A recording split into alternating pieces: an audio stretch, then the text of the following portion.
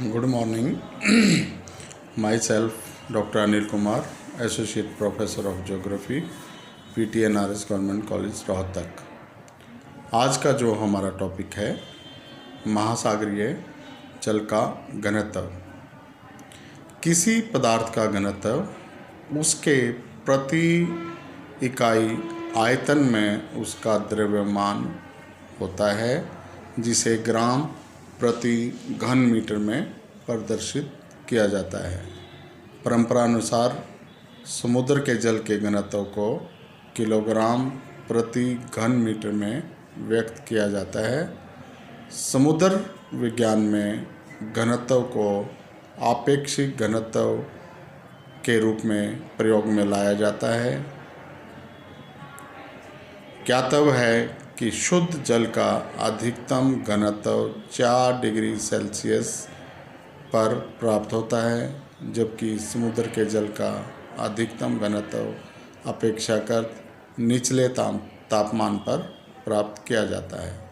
इस संबंध में यह जान लेना अति आवश्यक है कि शुद्ध जल का घनत्व केवल उसके तापमान तथा वायु दाब पर निर्भर करता है, किंतु समुद्र के जल के घनत्व पर तापमान एवं वायु दाब के अतिरिक्त लवणता का भी विशेष प्रभाव पड़ता है। समुद्र के जल में लवणता जितनी अधिक होगी, उसका अधिकतम घनत्व उसी अनुपात में निचले तापमान पर अंकित किया जाएगा।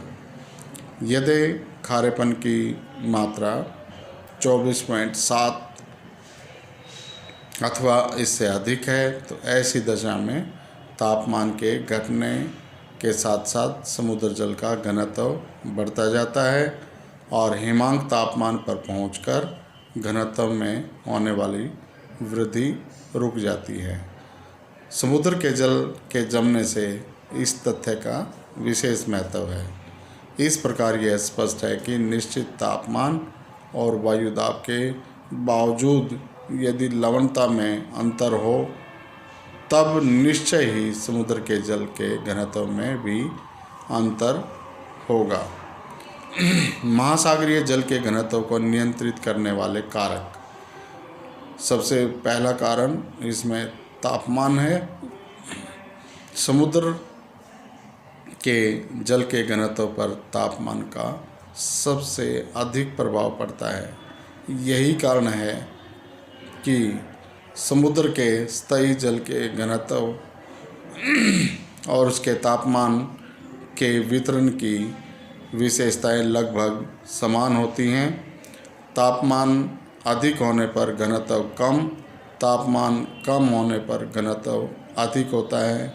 इसलिए विषुवत रेखा से ध्रुवों की ओर तापमान के जाने में तापमान में क्रमशः कमी होने से घनत्व बढ़ता जाता है। वायुमंडलीय दाब और 35 लवणता पर विभिन्न तापमानों में समुद्री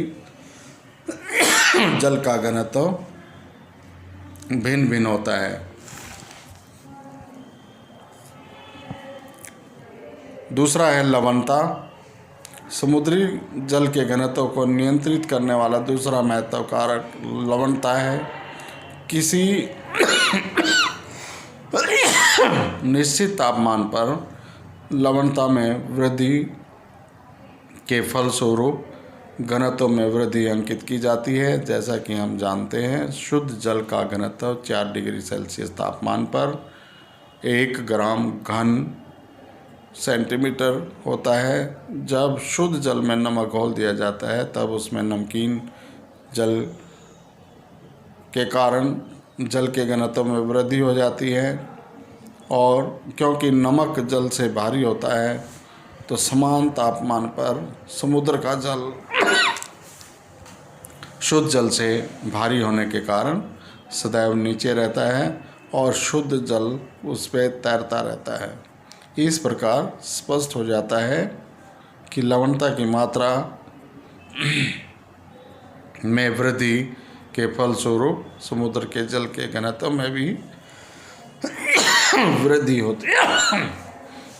यदि घनत्व पर तापमान का भी प्रभाव पड़ता है, ज्ञातव्य है कि 40 डिग्री सेल्सियस तापमान पर 35 लवणता वाले समुद्री जल का घनत्व 1.0278 ग्राम प्रति घन सेंटीमीटर होता है। यदि लवणता 20 सेंटीमीटर हो जाए तो घनत्व घटकर 1.016 ग्राम प्रति घन सेंटीमीटर हो जाएगा। कैस्पियन सागर, लाल सागर और भूमध्य सागर में वाष्पीकरण अधिक होने के कारण लवणता अधिक पाई जाती है, अतः इन सभी में घनत्व अधिक मिलता है। तीसरा महत्वपूर्ण कारक है वायुदाब, समुद्र के जल को नियंत्रित करने वाला दूसरा महत्वपूर्ण कारक वायुदाब होता है, क्योंकि वायुदाब एवं समुद्र के जल की संपीड़नता में अत्यधिक घनिष्ठ संबंध होता है। यदि वायुदाब में थोड़ी सी भी वृद्धि हो जाए तब पारस्परिक दबाव के कारण जल की विभिन्न परतें एक दूसरे के निकट हो जाती हैं, जिसके कारण घनत्व में वृद्धि हो जाना स्वाभाविक है। इसका मूल कारण है कि जल के आयतन में कमी हो जाना। स्मरण रहे कि समुद्र के जल के तापमान, वायुदाब तथा उसकी लवणता में घनिष्ठ अंतर संबंध है। तापमान में थोड़ी सी वृद्धि से वायुदाब में कमी हो जाती है और इसी प्रकार लवणता की मात्रा का सीधा प्रभाव जल के घनत्व पर पड़ता है। वायुदाब में कमी होने पर घनत्व में भी समानुपाती कमी हो जाती है। दूसरी ओर तापमान में कमी तथा वायुदाब में वृद्धि होने पर घनत्व में भी वृद्धि होना स्वाभाविक होता है। चौथा कारण अभिसरण एवं अपसरण। महासागरों के जल के घनत्व के वितरण पर अभिसरण एवं अपसरण की प्रक्रियाओं का महत्वपूर्ण प्रभाव पड़ता है। जल राशियों में ऊर्ध्वाधर गति उत्पन्न होने का कारण या तो विभिन्न गहराइयों पर घनत्व में अंतर होता है या दो विभिन्न प्रकार की धाराओं का परस्पर मिलन होता है, जिसके फलस्वरूप कहीं जल नीचे की ओर अधिगमन करता है तो वहाँ क्षतिपूर्ति हेतु दूसरी ओर जल का उत्सरण होता है। स्वाभाविक है कि अधिक घनत्व वाली जल राशि नीचे की ओर चलायमान हो जाती है और अभिसरण वाले क्षेत्रों में अधिक घनत्व वाला जल नीचे की ओर चला जाता है। इसके विपरीत अपसरण वाले क्षेत्रों में नितल से ऊपर की ओर उड़ने वाली तरंगें अधिक घनत्व वाले जल को पृष्ठ तल की ओर ले जाती हैं। ज्ञातव्य है कि इन आरोही जल की तरंगों का तापमान कम होता है, जिससे जल शीतल होता है। जल के ऊपर की ओर आने की प्रक्रिया को उत्सरण कहा जाता है। इस प्रक्रिया का मूल कारण अपतट पवन होता है और अपसरण की प्रक्रिया महाद्वीपों के पश्चिमी तट के निकट दृष्टिगोचर होती है, जहां व्यापारिक पवनें गर्म सतही जल को पश्चिम की ओर बहा ले जाती हैं।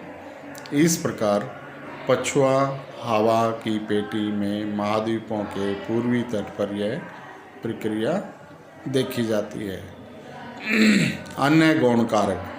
ऊपर दिए गए प्रमुख कारकों के अतिरिक्त अनेक गौण कारक ऐसे भी हैं जिससे समुद्र के जल का घनत्व प्रभावित होता है। उदाहरण के लिए वर्षा का जल, नदियों का स्थल के ऊपर से बहाकर लाया गया जल तथा हिम के पिघलने से प्राप्त जल, ये सभी जब समुद्र के जल में मिलते हैं तब उसके घनत्व को कम करने में सहायक सिद्ध होते हैं। इसके विपरीत कुछ ऐसे कारक भी होते हैं जो समुद्र के जल में के घनत्व में वृद्धि करते हैं।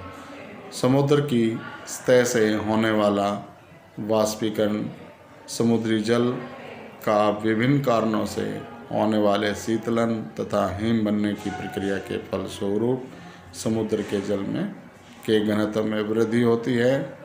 ज्ञातव्य है कि समुद्र के जल में घनत्व में अंतर महासागरीय धाराओं के उत्पत्ति का मुख्य कारण माना जाता है। विभिन्न प्रकार की महासागरीय धाराओं के अतिरिक्त जल के घनत्व में अंतर के कारण ही महासागरों के नितल पर विभिन्न प्रकार की गतियाँ उत्पन्न होती है। इसके नेक्स्ट लेक्चर में हम महासागरीय जल के घनत्व का वितरण डिस्कस करेंगे।